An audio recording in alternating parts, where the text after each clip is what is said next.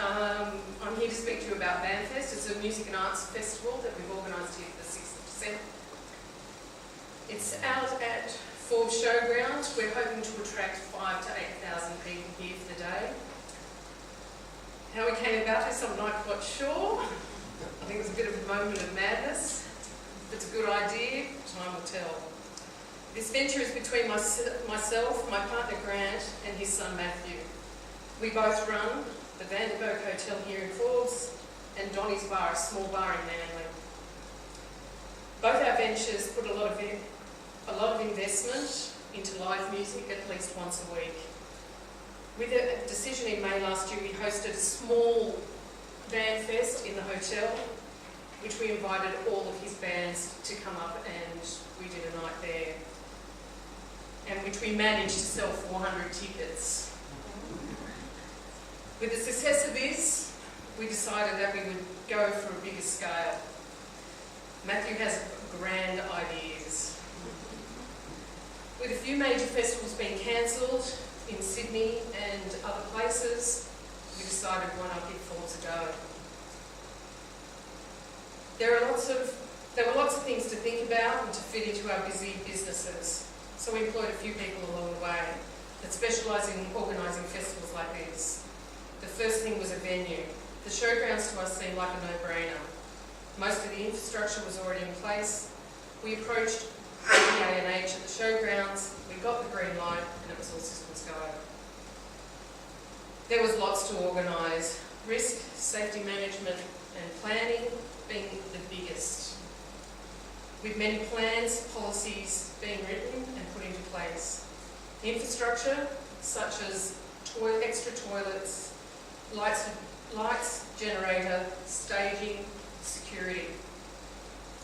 First aid, food vendors, bars, notifying and working with emergency services, and the list goes on. And then of course the lineup. Who are we going to get to play? Matthew, with a lot of persistence, we have a great lineup. Well, the kids think so anyway. Chet Faker, who is nominated for 9 ARIA Awards this year, which are just the week before, thank God. Matt Corby, Sneaky Sound System, British India, who are supporting the Rolling Stones on tour, All Day, Banshee, Savage, Oxblood, and of course our local star Celia Pavey, and a couple of in-house DJs to infill. We then had to brand Vanfest. The thing that stuck out to us most was bringing the city to the country.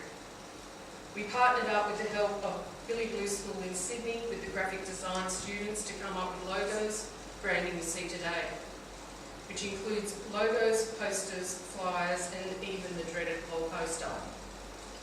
We have also partnered up with CSU and Bathurst for some students to gain experience on the day of the event.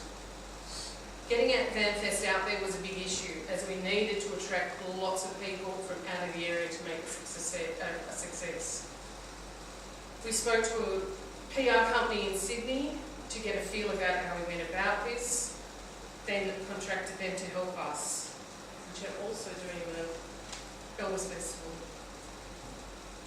With their expertise, we were to target the right demographic. Now Cardinal Spin were on board, and some partnering deals with our local newspapers. We hit the front pages with some free press. Anything free is great.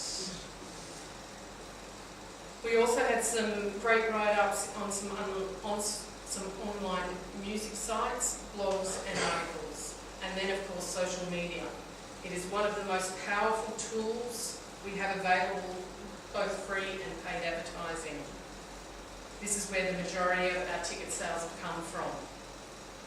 We were lucky to have Forbes Shire Council come on board as a major sponsor, as this allowed us to expand our advertising audience to TV commercial, a radio commercial, and in return for getting the Find It in Forbes brand included in our advertising mediums to make people aware of Vanfest and to entice them to come to our fantastic town. Even if it only is for one day, as one day they may return here, and we want to make that memory as positive possible. As you can see, there has been a lot to organise, even to having not enough accommodation here in Forbes. Thus, we have planned Van City, a camping ground at the showground site, for 100 powered sites and 1,500 camping sites. We've even organised someone to cook them breakfast in the morning and give them coffee. The festival of this size wouldn't be possible to happen without the help of the community. We wanted to include as many people as we could and give everybody a chance to be included, whether you are a community or volunteer group or a business in town. We have tried our hardest to keep as much business in town as possible. And as you know, sometimes it is impossible, such as 30 security guards. We always wanted to include some sort of art installation on the day. I have a friend who does large graffiti installations in Melbourne, and I think I may have talked him into coming. And I've also been thinking about painting something like a truck, a silo, something that went with our local demographic here. We have also made contact with the Kalari Arts Festival, and they are going to do an installation on the day, and what a great way to organise their arts festival. For us, this has been a big decision to invest so much money and time into VanFest, but we feel the Central West is ready for something like this, and it's a great opportunity to keep people here in Forbes without having to travel to attend festivals elsewhere, and get people to travel here from far and wide, and that would otherwise never come to Forbes. For all those who have tickets or are thinking of coming, we hope you have a fantastic time.